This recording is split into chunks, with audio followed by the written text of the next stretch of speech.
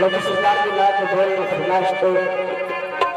उस वेले तक जब आप का ताजदार मदीना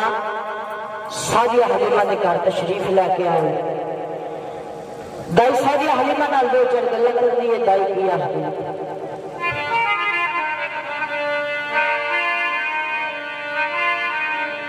नी तेरिया बकरियां जाऊं जागी नवाड़ा लीमानी मैनू नाल रखदा बकरियां जाऊं जागी नवाड़ा लीमा मैनू नाल रखदा तेरे घर दा देवांगी कम सारा लीमा मैनू नाल रखदा